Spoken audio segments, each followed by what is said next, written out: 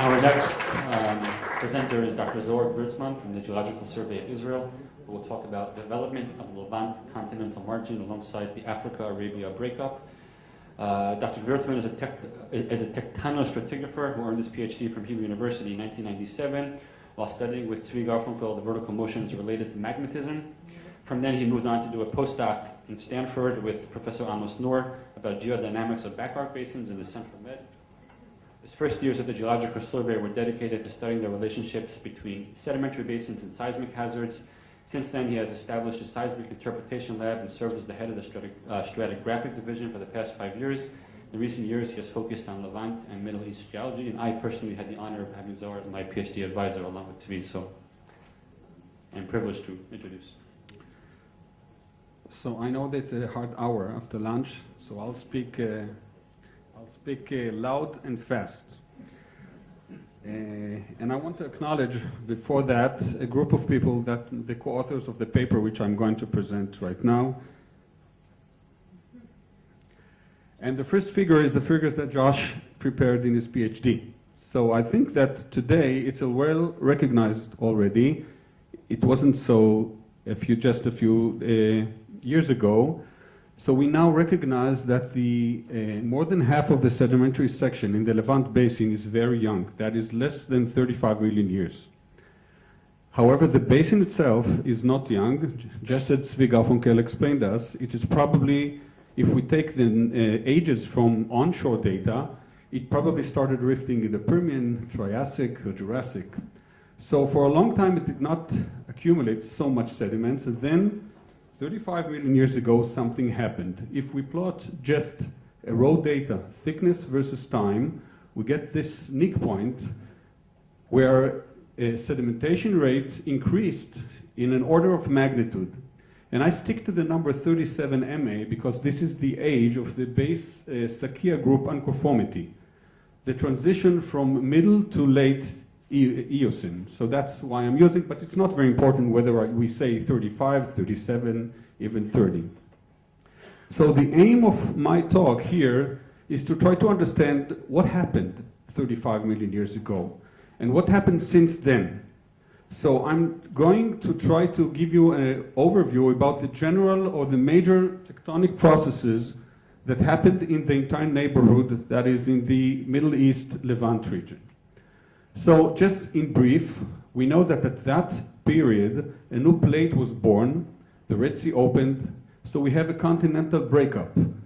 Arabia broke off Africa. Also, if you look at the 40 million years ago in the Middle Eocene, so the entire region was covered by seawater. The Mediterranean was connected to the Indian Ocean. Northern Africa, parts of Northern Africa, Israel, Sinai, Egypt, Lebanon, Syria, Iraq, everything was underwater. Then 35 million years ago, something began happening, and a huge landmass in both sides of the Red Sea began uplifting. Now, it is not just both sides of the Red Sea. It is not just the Afar Plume in East Africa. Also, Northern Arabia, that was a carbonate platform below sea level, it all went up and emerged. So we also have some geodynamic process, a major process that uplift the inland region, and the shorelines retreated hundreds of kilometers. If we zoom into our region, the continental margin of Israel and the Levant, so at that exact time, there was incision of submarine canyons that cut their way through to the basin. Now we have exact timing for the formation of these canyons because we know that in the Middle Eocene there were no canyons, and in the late Eocene, in the early Oligocene, there are already canyons incised and they are beginning to fill up with sediments. Now the date of the earliest sediments in the Ashdod Canyon is late Eocene. In the Hana Canyon it is early Oligocene. So there's a narrow time frame for the formation of these canyons. Okay, but now I want to show you that it's not just that the continental slope became steeper. This is not the case. If we look at the structural map of the base late Eocene or base Sakia group, you see distinct huge canyons, huge steps which are formed over here. This is the coastal plain step. It is buried today under the coastal plain of Israel. It is about 1 kilometer high, maybe more, and it is incised by the El Arish Canyon, the Afik Canyon, and the Ashdod Canyon. Now there is another step over here which is even higher, maybe 2 kilometers high, and this is incised by the Hana Canyon. So it's not just steepening of the slope, it's some reactivation of tectonic reactivation that disturbs the seafloor and forms huge steps on the bottom of the sea.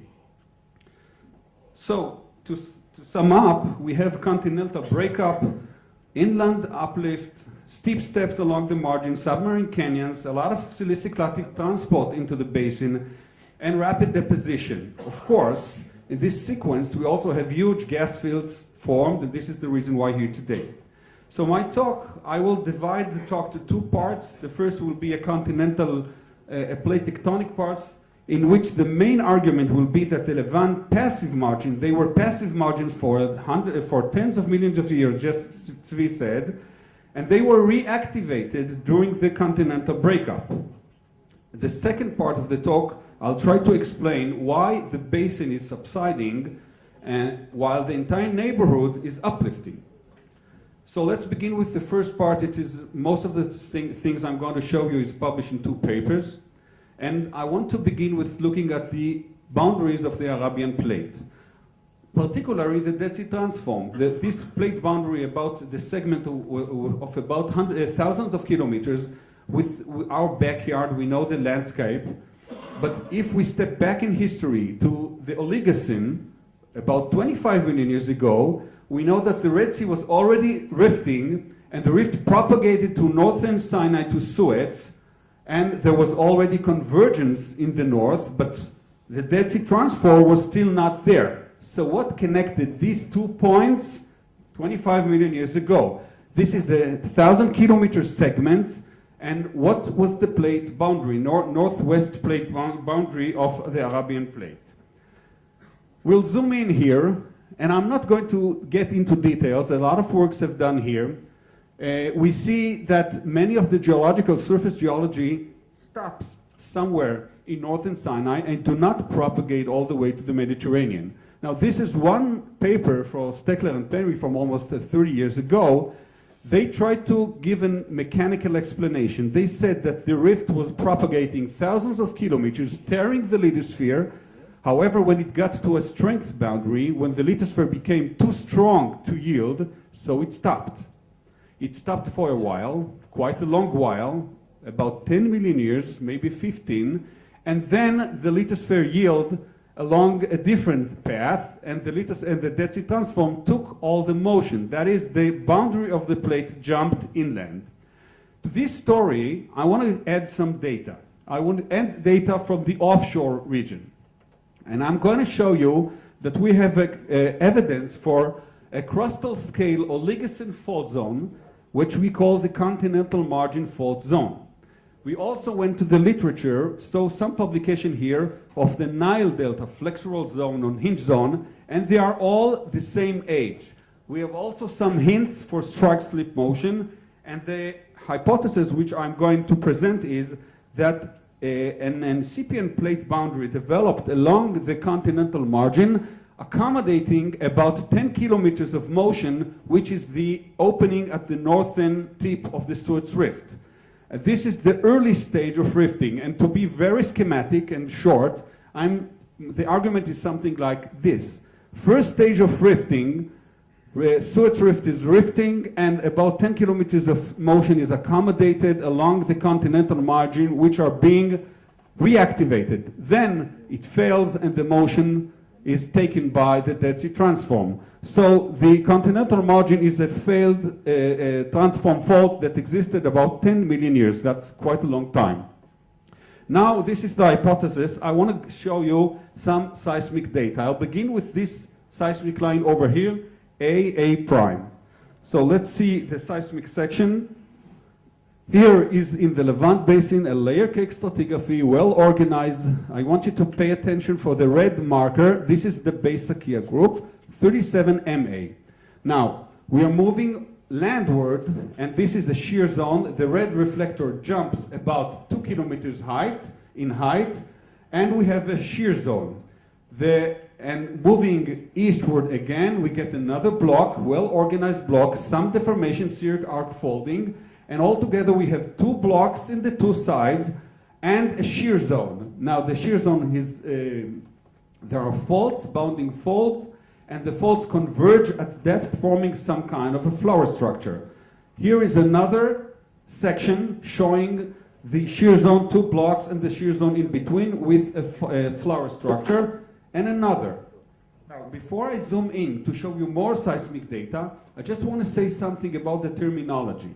Now, the reason I'm not using the term Pelusium line, even though the continental margin fault zone coincides geographically the same line, exactly the same line, is because that the Pelusian line was a controversial issue.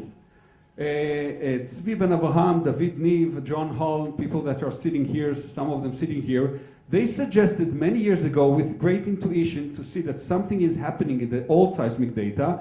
They suggested that there is a fault zone and that it is active today. That is, the faults are propagating all the way to the seafloor.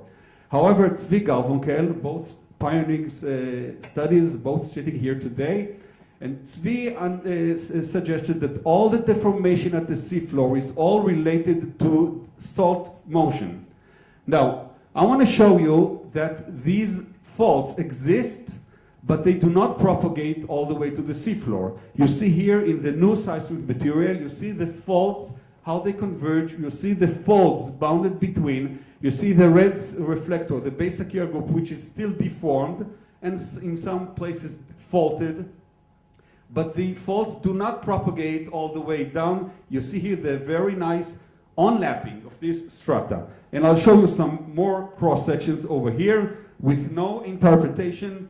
You see the unconformity over here. You see the folds, and the faults here, we don't see how they converge because we don't see the 3-dimensional data here, we don't see so well. And we see here the onlapping strata, and again and again. So you see it. Now, I want to say something about the age of the continental margin fault zone. It is important to understand, to distinguish between 3 things. Faulting probably began in the Senonian Eocene times, that is during the Cirque arc folding. I've showed you that there are changes in the thickness of the Eocene, in the Senonian Eocene strata. However, in the Middle Eocene, there were no canyons. That means that the position rate exceeded the tectonic rate, and the seafloor was not disturbed so much. It was quite mild. So there was faulting, but no disruption of seafloor. Then, 37 million years ago, something was reactivated more intensively. And there was huge steps in the seafloor, and they were cut by these canyons. So these morphological steps. Now the third thing is to understand how long did it exist, this step. And I will show you that it was gradually buried in the Oligocene and maybe early Miocene. For instance, you can see here, this is the late Eocene and Oligocene strata onlapping and gradually covering this step on the seafloor. It is very thick in the central of the basin, almost nothing on the continental block. So this deposition, it recognized the step and it gradually buried that. If we compare the mid to late Miocene strata, no thickness variations related to the step. It means that in the mid to late Eocene there were no step anymore.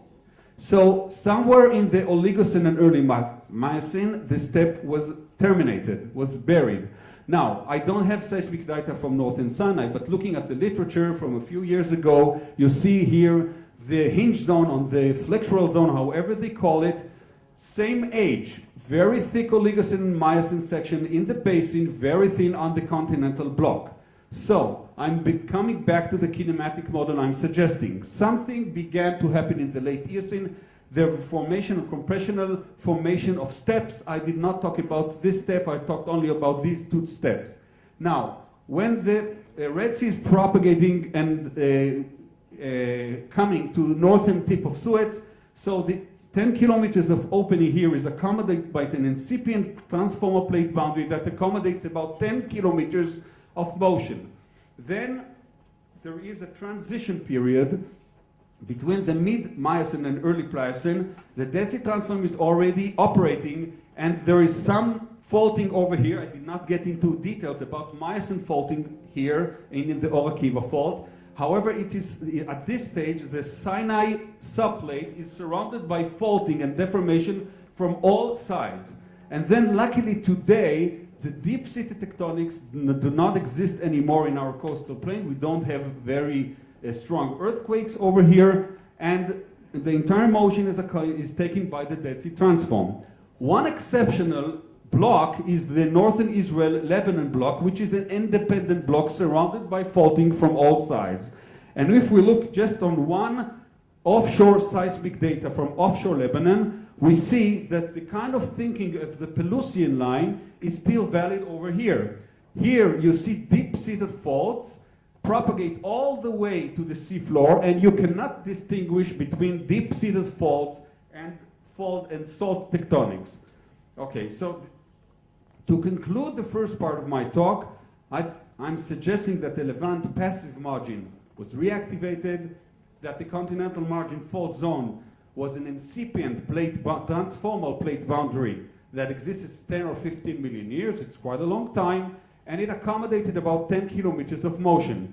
It failed, and when it failed, the Dead Sea transform, the plate boundary jumped inland, and the rest we already know better. Okay, now I want to talk, the second part of the talk, I want to try to understand what was the cause for basin subsidence and how does it reconcile with the inland uplift. So very schematically, the inland region is uplifting, the basin is subsiding. Now I want to sharpen the question using the same plot that I used previously. And the question is this nick point, the order of magnitude increase in the deposition rate. Is it a tectonic phenomena, or is it just a sedimentary filling effect? And this is important for the oil industry, so I'll explain it a little bit more.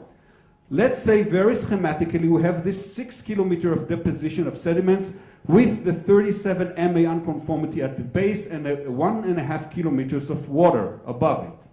Now, we are asking the question, what process created the accommodation space for so much deposition, 6 kilometers? Now, option number one is that the initial conditions 37 million years ago were very shallow. That is very little space for accommodation.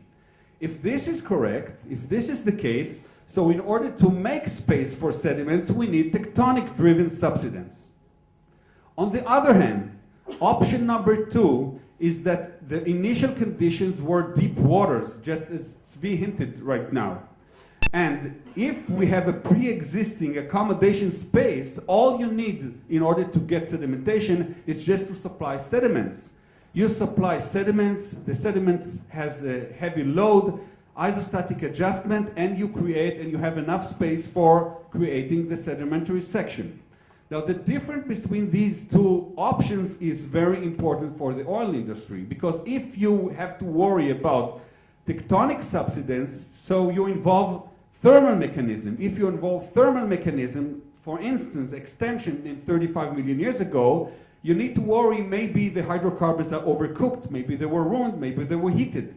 However, if no tectonics is involved, it's just sediment supply, you sum up the vertical differences and you get a maximum estimation of 4.5 kilometers. We know the height of each step from the buried canyons. However, the canyons vary on strike, lateral variations. So we have also minimum estimation. If you take the minimum value for each step and you assume the blocks were tilted and maybe there is some overlap in the vertical differences, so you get a minimum estimation of 2.2 kilometers.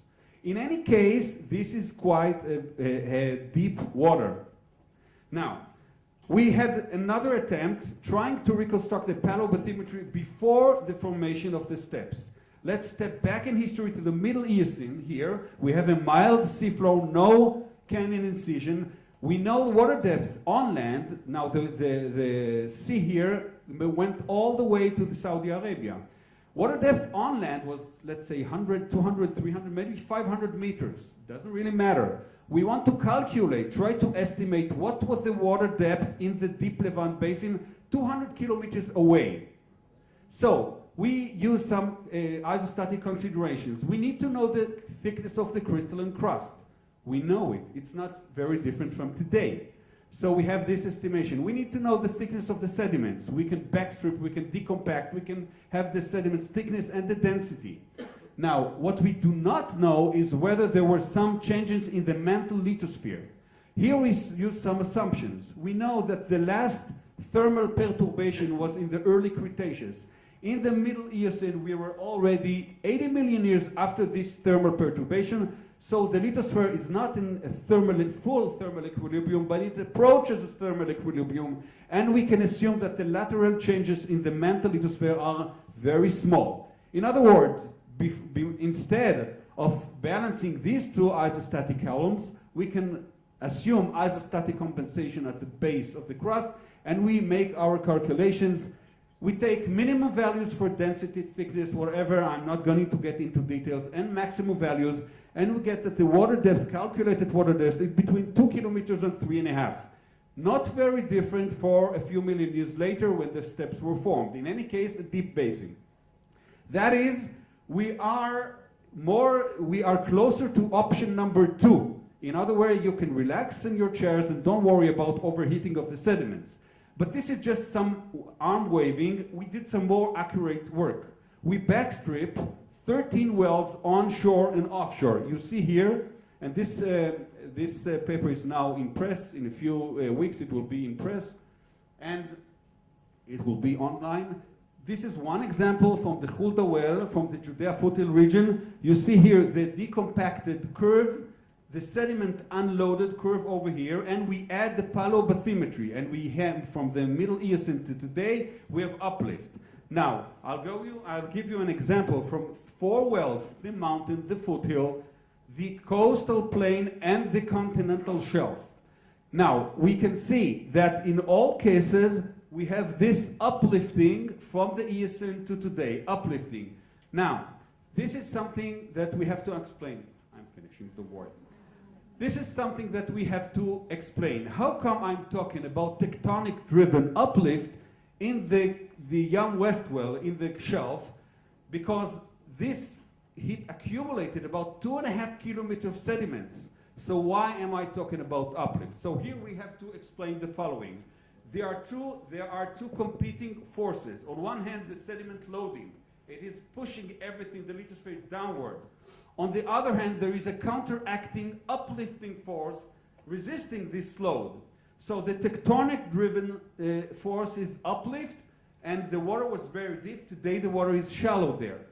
In practice, it went down. And because this is somewhat confusing, I'll show it again.